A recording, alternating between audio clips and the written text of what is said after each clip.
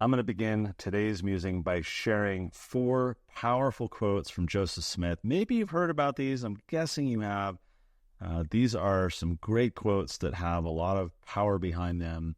And we're going to talk about each of them. This is going to have a twist for those of you who don't know that I'm excited to reveal because I think it presents, at least for me, some concerning insights into these quotes that we often share and what we think about them. So here's quote number 1 from Joseph Smith. He says, "Happiness is the object and design of our existence, and will be the end thereof if we pursue the path that leads to it. And this path is virtue, uprightness, faithfulness, holiness, and keeping all the commandments of God." Quote number 2. "That which is wrong under one circumstance may be, and often is, right under another. God said, 'Thou shalt not kill.' At another time he said, 'Thou shalt utterly destroy.'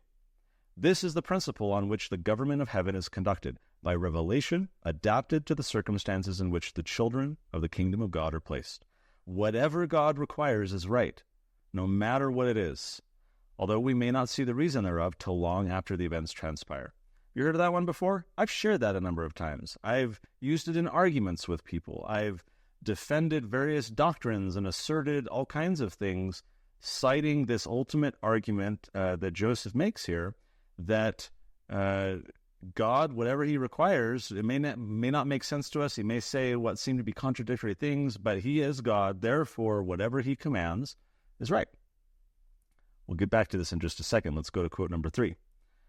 "As God has designed our happiness, the happiness of all his creatures, he never has, he never will, institute an ordinance or give a commandment to his people that is not calculated in its nature to promote that happiness which he has designed, and which will not end in the greatest amount of good and glory to those who become the recipients of his laws and ordinances."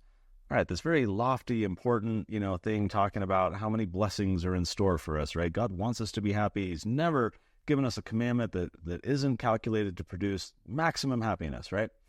Quote number 4, to wrap this up with, this is one that I have also, used quite often in discussions and shared with people. "Our Heavenly Father is more liberal in his views and boundless in his mercies and blessings than we are ready to believe or receive." Perhaps you've heard of that one as well. Now, the second one that I shared is one that I only recently came to realize may not have come from Joseph. And when I looked into it, I realized that the same was true for these other 3 quotes that I shared. And why is that? Well, all of these quotes, all 4 of these quotes, maybe you heard of 2 or 3 of them, maybe all 4, they all come from the same source, the same document, the same letter. So they're all in this one single letter. Now, you might be surprised to learn, as I was when I first realized this, that the source of this letter is none other than one of Joseph Smith's greatest adversaries, John Bennett. So John Bennett, physician, he's once the member of the first presidency at one point. He's a leader in Nauvoo, briefly the mayor. And then all of a sudden there's these allegations of false teachings, of sexual indiscretions. He's going around, sleeping with women and trying to woo other ladies, leads to his resignation from office, and he gets excommunicated in 1842. Now, he begins writing what he calls exposés. After he's kicked out of the church, he becomes Joseph's sworn enemy, tries to tear down the church and attack Joseph. He publishes his screeds in a variety of documents in the Sangamo Journal. This is based in Springfield, Illinois.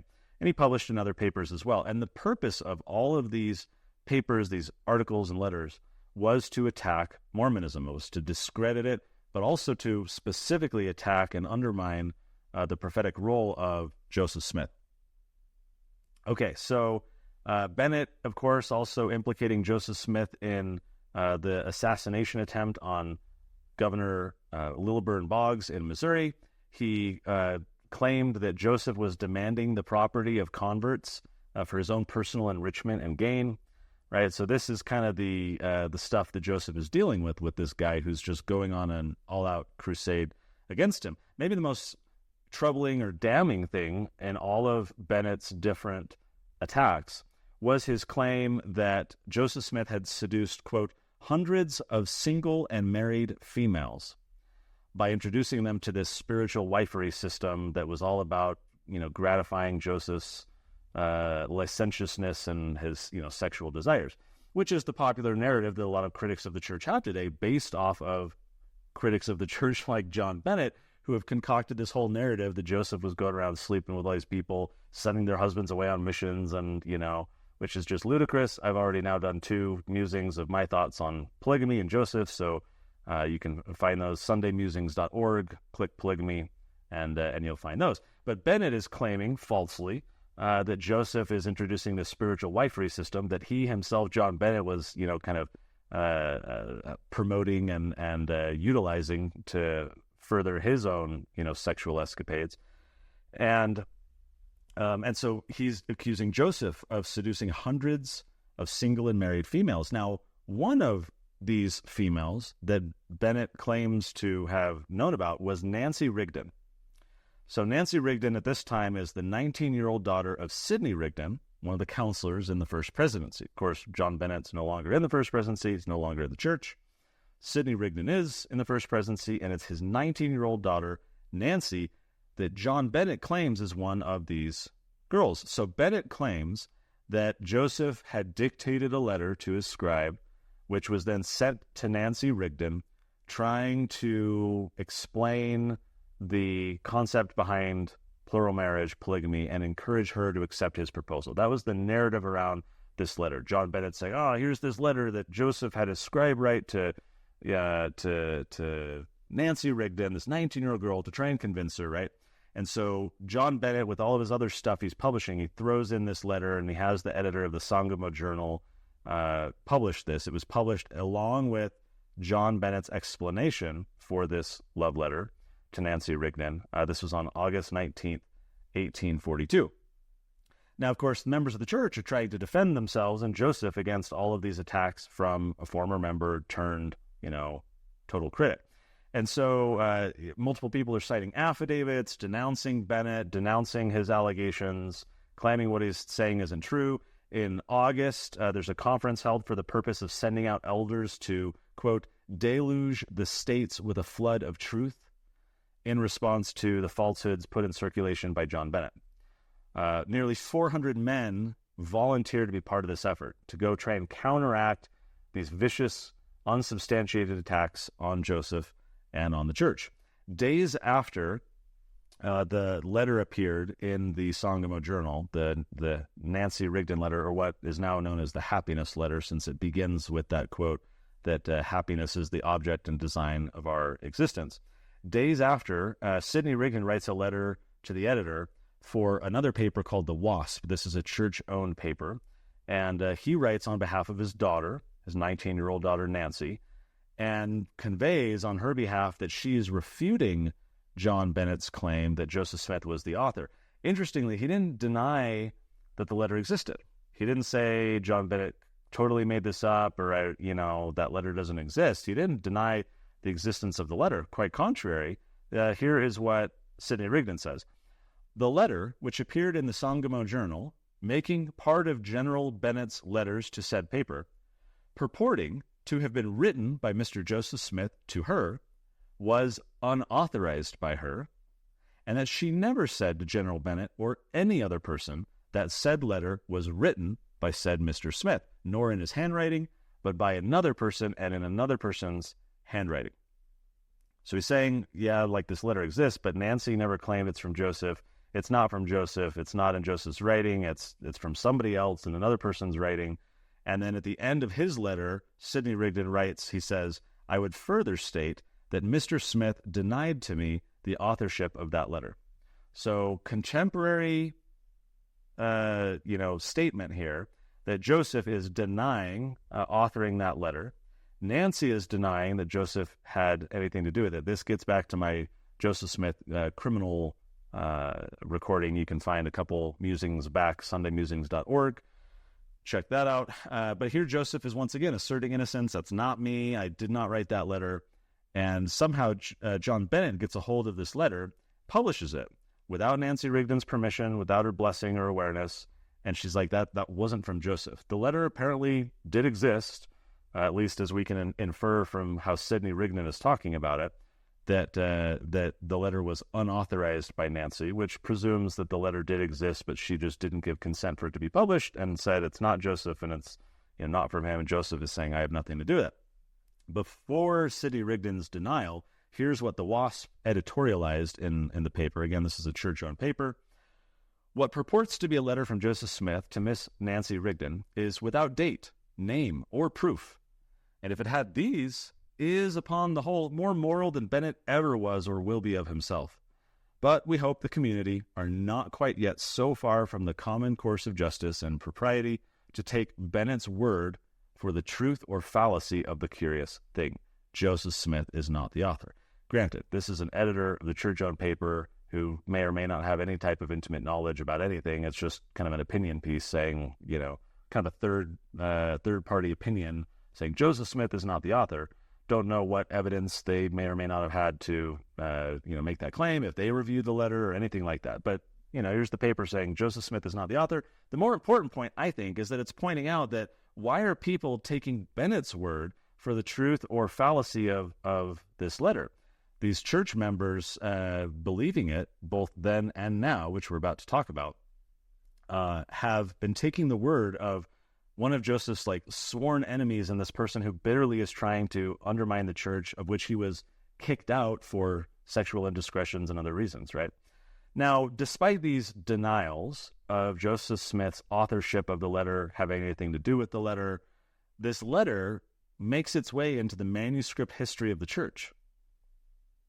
This official source. Now, I have theories as to why that is. This is kind of a claim that, oh, look, Joseph, so you get kind of the Brighams and others who are trying to reverse and create this narrative that it all came from Joseph. This letter becomes a helpful aid, and so sure, let's throw it in the history of the church to claim that, this was from Joseph, right?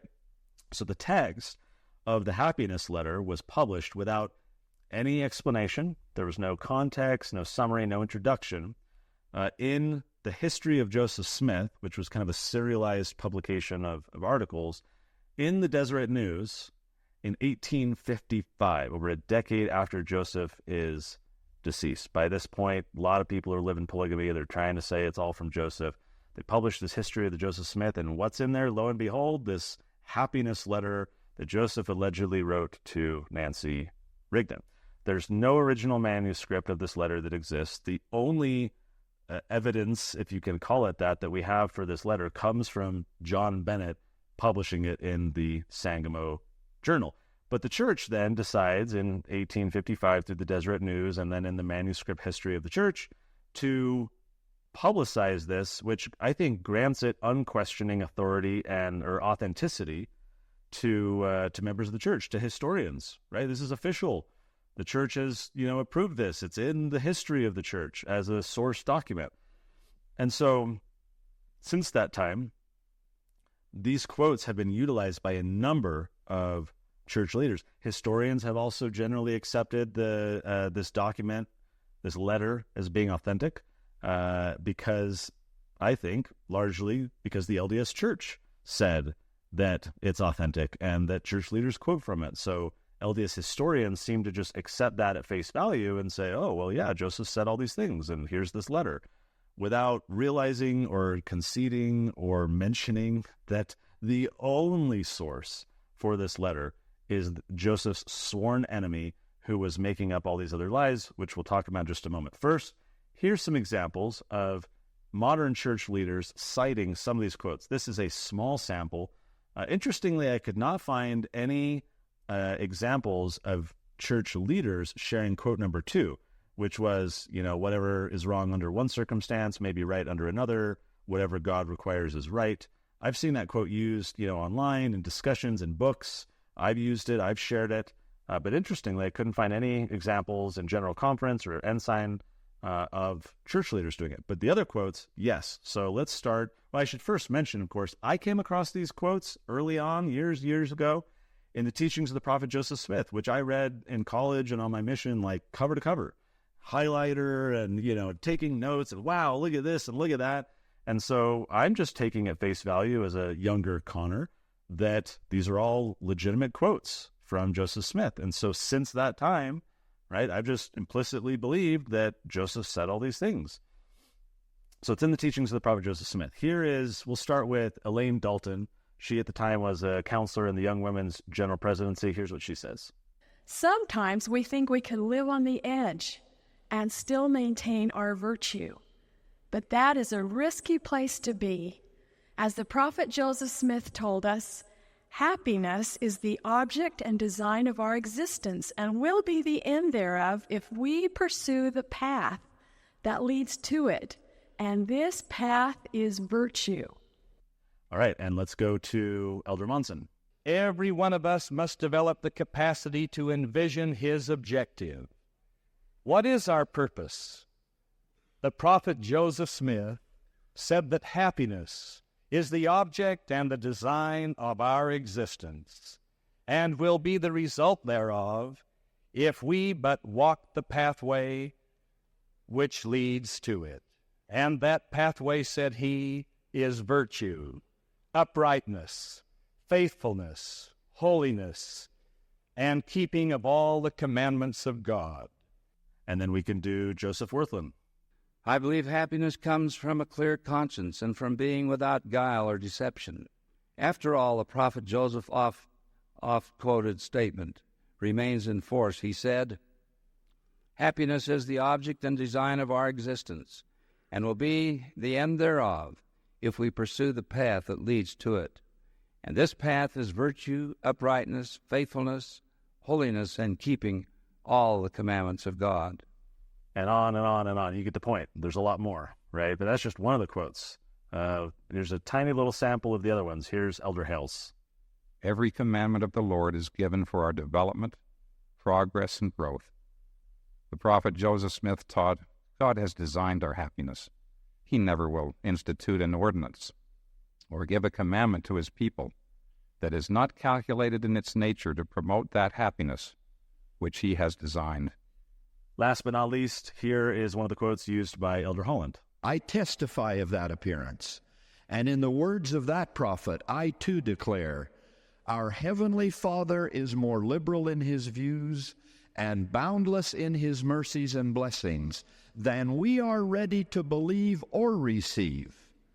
Okay, so the real issue here in my mind is that John Bennett, bitter enemy of the church and Joseph, is the only source for this, and somehow the church has blessed this document without having the actual letter, without having any actual evidence of its existence, and without believing Joseph that he didn't write it, as published by Sidney Rigdon in the church-owned WASP. So the church is taking the side of John Bennett as to the legitimacy and authenticity of this document. But the provenance of the document, the chain of custody, if you will, is a mess. You know, John Bennett, when he starts attacking the church and writing all these articles, his position was that he never believed any of it. He was never a believing member of the church, that he was doing all of this as a front to try and get close access to Joseph Smith to undermine him, because it was his, Christian duty, and he needed to, he had all these excuses. But he said that he was specifically trying to undermine the church and that he never believed the doctrines. He was never a faithful member. Okay, why is that important? By his own admission, John Bennett was a liar and a deceiver. He is here publicly, I don't think this is the case, and I don't think he was actually all the time. It was a whole ruse, and I never was, I don't think that's the case. I think he was, a believing person at first. But taking him at his word, he is admitting to intentionally lying and deceiving to further his agenda. So just think about that, right? There's some implications behind that. He is admitting that he lies and deceives in order to get what he wants. And so why do we take at face value his claim that this letter is valid if he himself is an admitted liar and deceiver for furthering his agenda? It's ridiculous. Why would we believe a guy who admits to lying specifically about Joseph and the church? And then here he is making these claims, and members of the church, and oh yeah, okay, these quotes are accurate. The letter is real. Why are we believing this guy? Right? There's no original document. He's the only source. His stated purpose with all of these letters and everything is to attack the church. And there's other reasons he's not credible. So, for example, apparently John Bennett forged a document from Joseph Smith shortly after Joseph died. And before John Bennett, by the way, joined the Strangite restoration branch of the church after the whole succession crisis, John Bennett joins the Strangites. Well, lo and behold, John Bennett claims to have this document from Joseph, and John Bennett produces this revelation and a cover letter, which allegedly had Joseph's signature on it, and in which Joseph is alleged to have explained that the succession of the church was not to be through the Quorum of the 12 or through his son or anything else, but through Strang, basically implying that Strang did have a claim to succession. And John Bennett claimed that Joseph gave him the revelation in a sealed document with a covenant, a promise to only open it in the event of his death. Okay, I'm now going to quote from Gerrit Dirkmaat, who is a professor of church history. He wrote an article about this whole thing in the Journal of Mormon History. I will link to it on the YouTube description if you want to go read this. It's worth a read. Very interesting. He believes, and he buys into the narrative like most BYU employee church historians do, that Joseph was a polygamist or whatever, so he's got that aspect to his, but otherwise it's a fascinating document to review this happiness letter and a lot of the stuff that I've been talking about. In addition to other sources, I've gotten a lot and validated a lot with what he wrote about in this article. So I'll link to that in the description. Here's what he says.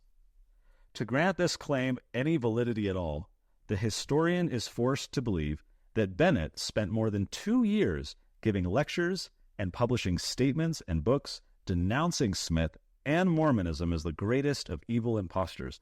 All the while, he safeguarded this revelation and kept his word not to open it until Smith's death, even in his mad dash to collect documents that could be used to denounce Smith.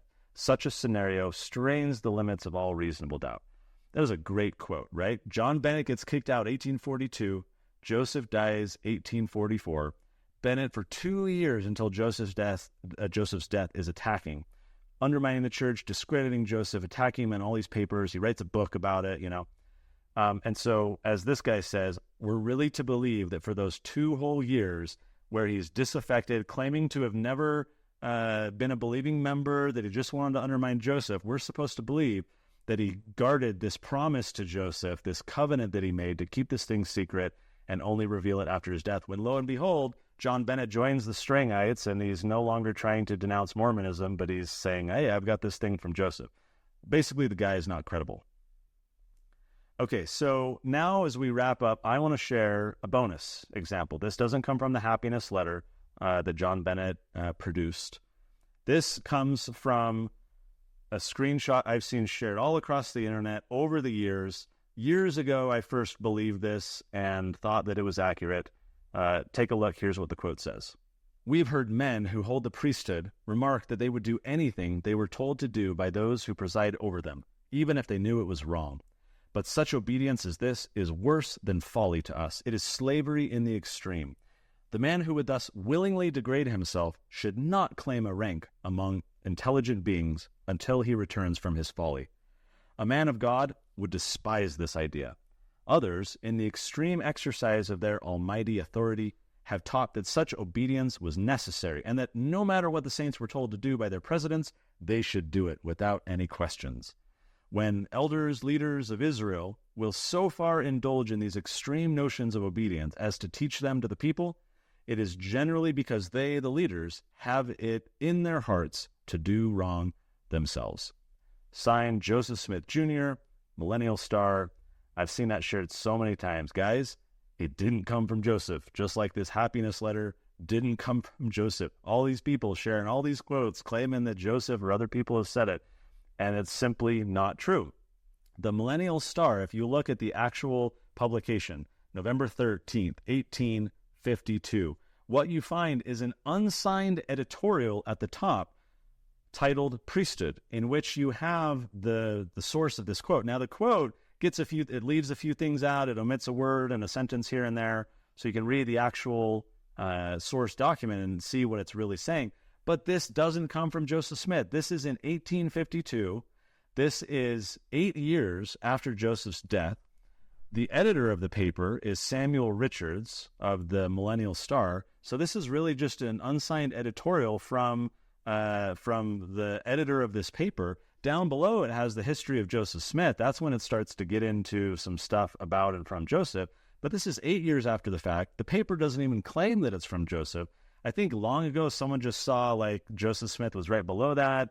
And so suddenly they throw his name on it. And like all those apocryphal quotes all over the internet, you start to get this circulated in Mormondom. Now, I myself in early years was guilty of this before I did the work and I realized this one years ago. The happiness letter, I only recently came to understand, had this like horrible source behind it, that why in the world am I believing John Bennett and claiming these things? That's not to say that there isn't like interesting stuff in here that we might agree with. Both that quote that I just read about not slavishly obeying, church leaders when God is telling you otherwise, but also in the happiness document, right? That God does want us to be happy, that it is the object and design of our existence, that God is more liberal in his views than we're ready to believe and receive. I might believe that. I might think that some of that is accurate, but I can't credit Joseph for teaching this, and I can't attribute it to him when his enemy, his sworn avowed enemy trying to destroy him in the final months of his life, is the only source that exists. That's ridiculous. So my parting question for you to consider, that I think about, is what other false traditions and myths do we cling to, right? I mean, he's like, even silly stuff. You hear that quote, like, I never said it would be easy. I only said it would be worth it. Well, Jesus never says that, right? There's all these things that get thrown around, claims of who said what and so forth. And you build these cultural narratives and these like mythological, like, fluffery in our culture based around these things that simply aren't true. But when we're talking about the founding prophet of the restored gospel of Jesus Christ, I think it's important that we let the man speak for himself, that we not listen to his enemies, we not listen to people who had ulterior motives, who were trying to tear him down. We don't listen to affidavits, 40 years later when memory is fuzzy and there's ulterior agendas. We look at contemporary documents. We look at Joseph in his own words. We take him, give him the benefit of the doubt. We take him at his word, because God is restoring the church through this guy, and he's the trustworthy vessel of the Lord that's receiving all these heavenly manifestations. I'm going to believe Joseph in the absence of any contemporary evidence to the contrary. And so here with this letter and John Bennett, I now have to say all these quotes are bogus. This is not from Joseph. Now when I see people sharing them, I have to provide them. I guess I'll just send them the link to this musing now. But correcting that and saying, actually, like, this comes from Joseph's enemy, not from Joseph himself. And so let's be a little cautious in throwing these quotes around and claiming what's what. Again, we have had church leaders sharing these quotes, and when you go look at their ensign articles and the footnotes, they're all citing the history of the church. Again, this letter from John Bennett was legitimized inside the history of the church, and suddenly all these church leaders in recent years and decades are citing as their footnote source documentation the church's own history, which has basically blessed the authenticity of this letter from Joseph's sworn enemy, purportedly only because it kind of is a further narrative in support of the claim that Joseph was involved in polygamy. Who knows? Point is, church members and leaders are circulating these. I think in this example, it's a liar, liar, pants on fire. I'm not going to believe John Bennett, especially when he's in like all-out attack mode. Had he made this claim when he was in good standing and on good terms, with Joseph in the church, maybe that'd be different, right? But he's in just attack mode, trying to do anything he can to undermine Joseph in the church. I don't know why we believe this guy. I think we should just all say that these quotes are specious, they're invalid, let's not share them. But now, again, parting question is, what else is there? What are other quotes that I've been sharing or using, or doctrinal beliefs or principles or ideas or quotes and things that are not so? I think this is part of abandoning the traditions of our fathers, using the spirit of discernment to try to come to the truth, seeking learning by study and by faith, and really trying to dig into these things and understand the source, the provenance, the context, right? All these things, rather than just like, oh, I read in the teachings of Prophet Joseph Smith, and so here's what Joseph said, without unpacking it a little bit, without doing a little investigative work, which admittedly for this letter I hadn't done until fairly recently. So share that with you, that parting question. That's kind of a work in progress thing for me, as much as it is for anybody, that this is an ongoing challenge. So if you have examples of other myths or bogus quotes or false traditions that we cling to, I'd love to see you leave a comment and share your thoughts, because I think this is something that we need to continue to talk about, continue to progress, abandon these false traditions, no longer cling to these apocryphal quotes, and really try and identify what is true, what is accurate, what has a legitimate source, and then let's cling only to that. See you next week.